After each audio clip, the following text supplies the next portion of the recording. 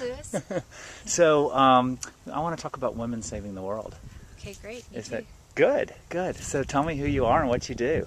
My name is Lisa DEE, and I am the founder and president of Vista Caballo, which is a learning center for progressive leaders who want to access their next level of vitality and creativity and their expansion for their capacity for life.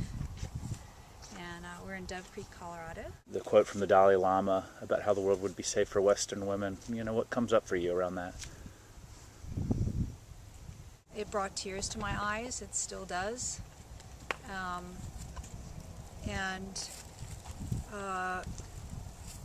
It gave me a renewed sense of pride in being a woman.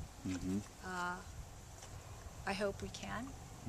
And I'd like to be part of whatever that hope is, and purpose and mission. And I have a lot of gratitude for you for setting up a forum for us to collectively come together and bring our talents and gifts to the furthering of that mission.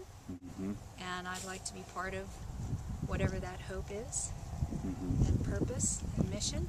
And you actually played in the corporate male-dominated world for years and built your own companies and know intimately what that looks like. And then you made a decision to also honor that, but also transition into a place of a different kind of power with the work you're doing at Vista Caballo. I got to a point in myself where I realized I had disconnected from a big part of myself in order to be in that world. And the cost was too great. No matter how much money I was making, the cost to me, to my heart, was too great. And when I committed and recommitted to myself first, something wonderful happened. And I'm still experiencing the newness of that. But when I decided to reconnect with my heart and where my heart wanted to take me, my new business has sort of taken off. And it's being supported by horses and by a very, very high level of people. And so it was such a wonderful sort of validation and reward for taking that leap of faith. And I get to now do what I consider my true work, which is opening other people up to that courage in themselves to take their own leap of faith, whatever that may look like. And maybe if we all did that, maybe that's what we're talking about here as far as women saving the world. I think that women are really brave. I think we're braver than we think we know we are. And it would be nice to remember that. There's a big difference, and I learned it the hard way, between leadership and domination. And I feel very strongly that there are many qualities of a great leader, and I think compassion and empathy are right up there. And that starts with how we choose to lead ourselves. How we choose to lead ourselves. Everything for me starts with the self.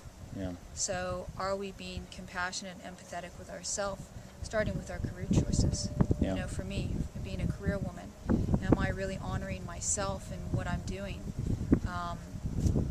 Or did I just sort of fall into a pattern and a treadmill, which is what I found that I had done. And when I started to honor myself, I learned a whole new level of leadership. I had to trust myself. I had to trust my instincts. And when I did that, I found that my companies actually started changing. I found more cohesion. I could hear differently. I understood more. And of course, that impacted our productivity, which of course impacts profitability. It was a very different sensation. You have to let go, actually, to achieve it. Yeah, we have basic primal human instincts. And I think if we understood ourselves better, we would actually learn how to manage and lead ourselves better. There would be less need for control over not only ourselves but others, because there would just be a basic understanding of who and how we are. And that's what I'm still learning it, and that's what I'm sharing. It's a lot easier. It's a lot different way of leading. I have a great admiration for our great leaders who have come before us, and I think we have a lot to. And if we can reclaim that spirit of generosity that they have, I've seen it in my 5-year-old niece. That fearlessness, that knowingness. These are all things that I would like to reclaim. Great. Thank you for sharing today. You're